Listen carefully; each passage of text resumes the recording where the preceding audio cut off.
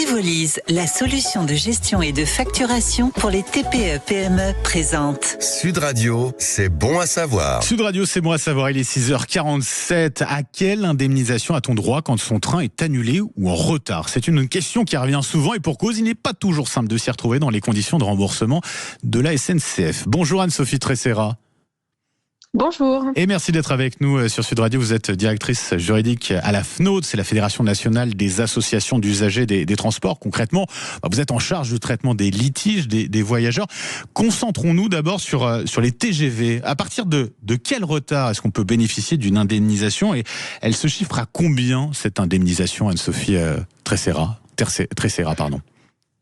Alors pour répondre à cette question, c'est déjà pas évident puisqu'il y a plusieurs niveaux de réponse. Si on se base seulement sur le règlement européen qui est la source des droits des voyageurs, vous n'avez le droit à une indemnisation qu'à partir de 60 minutes de retard. Mais en réalité, en France, la SNCF applique une indemnisation plus favorable puisque vous avez le droit à une indemnisation dès 30 minutes de retard. Et à ce moment-là, c'est 25% du prix du billet qui vous est délivré sous forme de bon voyage.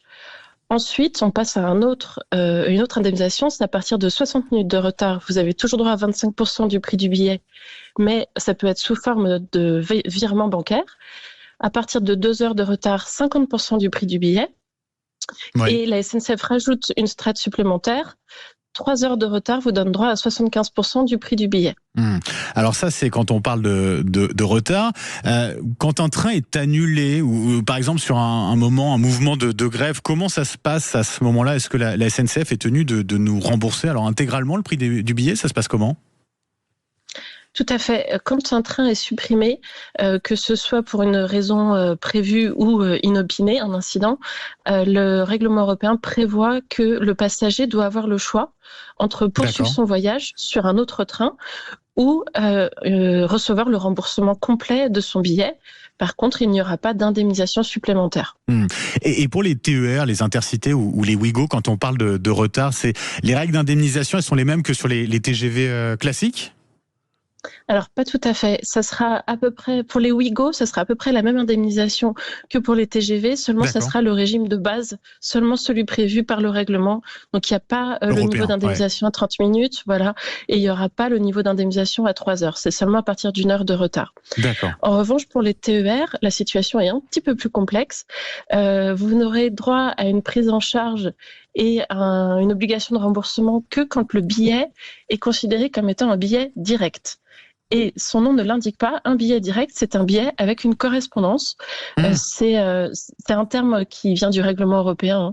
Et à partir du moment où vous avez 2 billets achetés ensemble, à ce moment-là, vous avez le droit à une indemnisation en cas de retard ou à des prises en charge spécifiques pour annulation.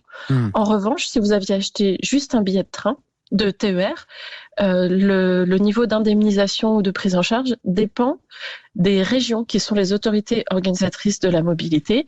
Et donc à ce moment-là, c'est la convention passée entre le transporteur et la région qui définit vos droits à indemnisation. Donc la réponse n'est pas facile à vous donner. Oui, mais c'est très précis et c'est important et on comprend très bien effectivement ce qu'il en est grâce à vous, Anne-Sophie Tresserra. On a tendance à penser tout de même que la SNCF remboursait mieux avant. Est-ce que c'est vraiment le cas ou pas ?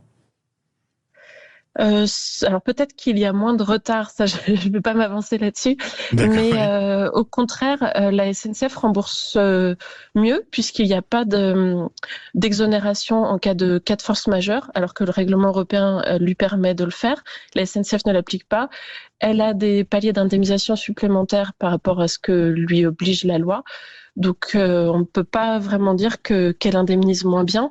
Elle fait mieux que ce que lui impose le cadre juridique. En tout cas, ce qui est important de dire aussi, c'est que ces démarches, il faut les faire soi-même. Ce ne sont pas des démarches de remboursement ou d'indemnisation automatique. Exactement. Il faut penser à faire sa réclamation. En plus, il faut la faire dans les 90 jours qui suivent l'arrivée. Donc, il faut être attentif à suivre son dossier. Il n'y a que pour les Ouigo où vous aurez une indemnisation qui vous sera directement versée. Merci beaucoup, merci pour toutes ces précisions Anne-Sophie Tresserra. Je rappelle que vous êtes la directrice juridique à la FNAUD, la Fédération nationale des associations d'usagers des transports. Merci pour toutes ces précisions, c'était important effectivement de les donner. Passez une très belle journée. Merci à vous. Bonne journée.